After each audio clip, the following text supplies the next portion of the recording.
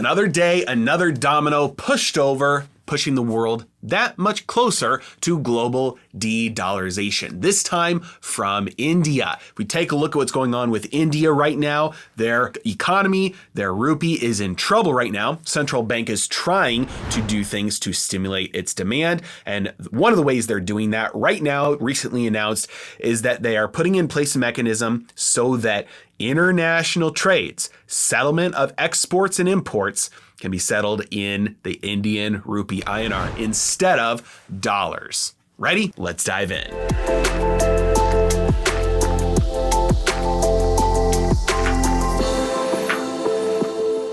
First things first, a word from today's sponsor, iTrust Capital. Now, most people today are aware of how well gold has performed relative to pretty much every single asset class out there. We've seen an absolute crash take place in tech stocks, in the broad stock market, in cryptocurrencies. We are seeing blood in the streets everywhere, but gold has been keeping up. Gold has been increasing its purchasing power relative to these other assets, and many people want to buy it, but the problem is most people have most of their wealth tied up in their 401k, in their retirement account, maybe even with their current employer. So the question is, how do we invest in gold with our money if we can't do it where our money's currently at? And that's where iTrust Capital comes in. Because unlike your workplace employer plan, like your 401k, you're not just going to have a selection of a couple dozen mutual funds that are only invested in stocks and bonds. And unlike your IRA with a regular stockbroker, with iTrust Capital, you're not just going to have access to the regular stocks, the ETFs,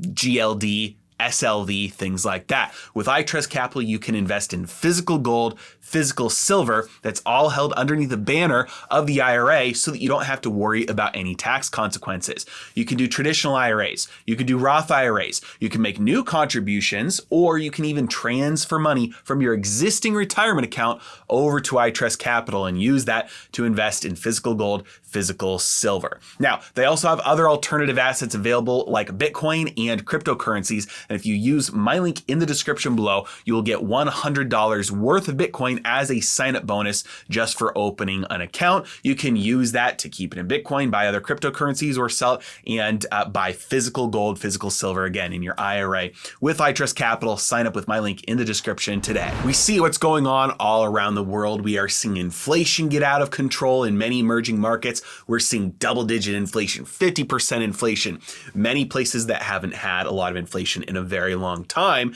and people are not too happy about it. Well, now, coming out of India, which is one of the biggest economies on earth, they've got like 1.8 billion people there, massive deal here. If we take a look, they are in trouble. The central bank in India is trying to make sure that the devaluation in the rupee doesn't become out of control. Now, it could also, instead of being just a depreciation, they could be looking at an appreciation in the currency. Basically, they're just experiencing a lot of volatility right now. Recently, that volatility has been downward, with the rupee falling 6.6% this year. Now, in order to manage this volatility, the central bank has been intervening in foreign exchange markets, spot, forwards, offshore. But a recently announced measure will allow international trades to be settled in rupees. Remember, before this, they were only settled in dollars. Take a look at this statement issued from the Reserve Bank of India. In order to promote growth of global trade with an emphasis on exports from India and to support the increasing interest of global trading community in INR, the Indian Rupee, we are putting in an arrangement for settlement of exports and imports in INR. Now, many countries have many different reasons for doing so, but we are seeing little things like this happen over and over and over again over the recent months. And so we are seeing this happen in India right now, and experts are saying that rupee settlement will help India trade with Russia, Iran, and South Asian neighbors. Now, the number one objection that everybody gives to any sort of discussion about global de-dollarization is that it's the cleanest dirty rag in the hamper. And right now, the dollar is at 108. The dollar has been rising against the basket of currencies that it's measured against, and a lot of other currencies have been falling relative to the dollar. And so everybody is doing victory laps and saying, hey, the dollar is strong. But we have to remember a couple of things here.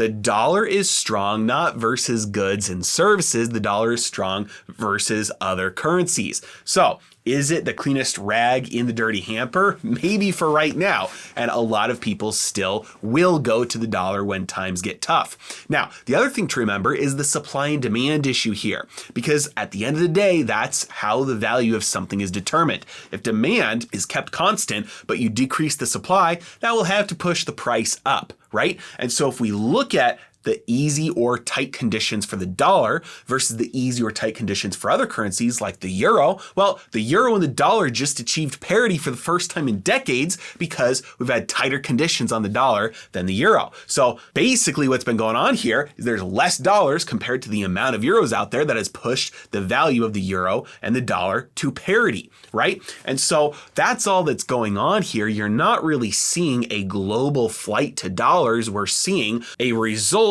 of supply and demand. The Federal Reserve has gotten extremely tight, selling assets off its balance sheet, raising interest rates compared to the rest of the world's currencies.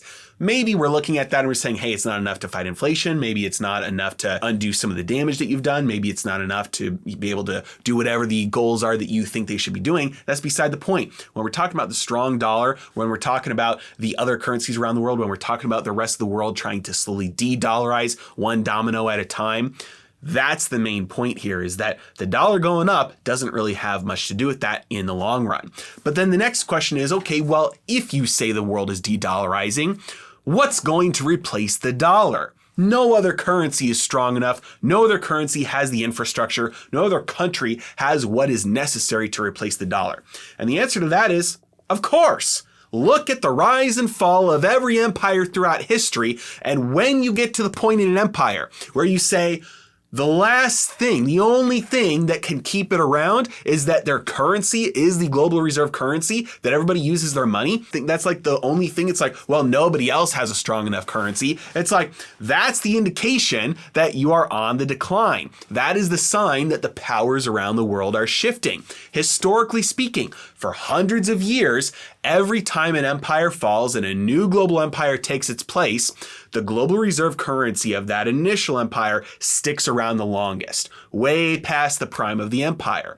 So the very fact that we're looking around and saying, well, what will replace it? Nothing is strong enough. That's a sign. We're not looking at our education. We're not looking at our wealth growth. We're not looking at our strong balance sheets. Clearly, we're not looking at our military strength. Well, some people are. We're not looking at all the other indicators of a rising power. The only thing we're looking at is, hey, well, everybody uses the dollar. So what are they going to replace it with? It's like, well, eventually they're going to replace it with something. So what does it look like in between now and then? It looks like more of a fractured world. We are seeing a fracturing of the global financial system take place before our very eyes. We are seeing what's going on with Russia and how they have handled the financial situation they're in, saying, hey, you've got to get rubles to pay us for energy. We're seeing how they control the energy and the food supply in their region. We're seeing what's happening with China. We're seeing what's happening with BRICS. We're seeing what's happening in emerging markets like Argentina and Sri Lanka. We're seeing what's happening with cryptocurrencies and Bitcoin like in El Salvador. We're seeing what's happening with central bank digital currencies